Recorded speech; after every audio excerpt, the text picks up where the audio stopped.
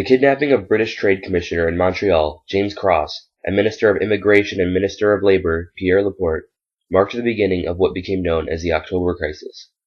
Before we continue on with this story, though, we need a bit of background history.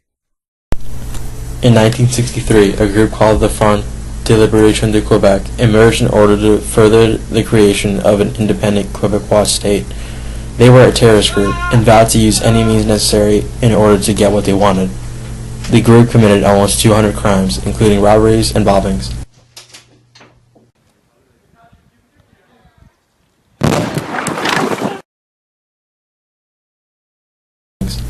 The October Crisis began on October 5, 1970, upon the accused kidnapping of James Cross and Pierre Laporte.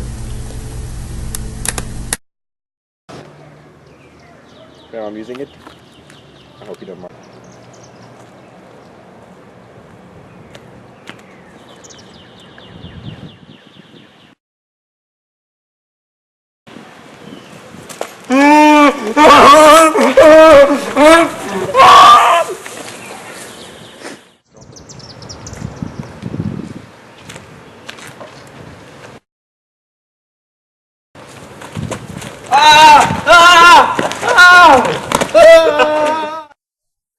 The kidnappings raised great concern in the federal government and Prime Minister Pierre Trudeau.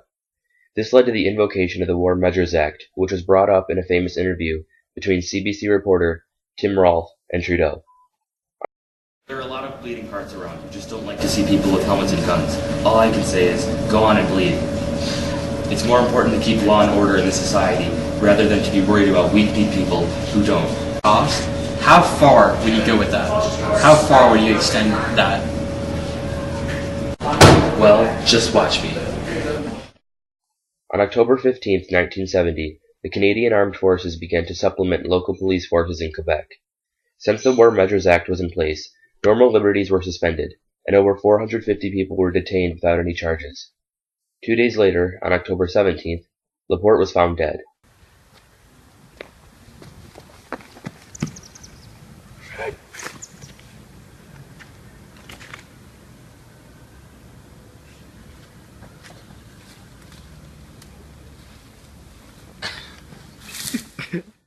FLQ members Paul Rose and Francis Simard were sentenced to life in prison for the kidnapping and murder of Laporte. It wasn't until December of that year when James Cross was found in a cell, luckily still alive.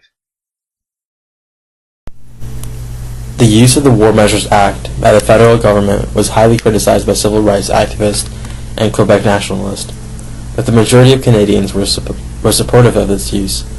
Supporting evidence is that terrorism has disappeared since then.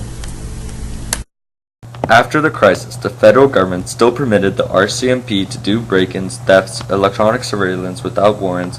All of these acts were later deemed illegal by the inquiry into certain activities of the RCMP and Guibel Commission in Quebec.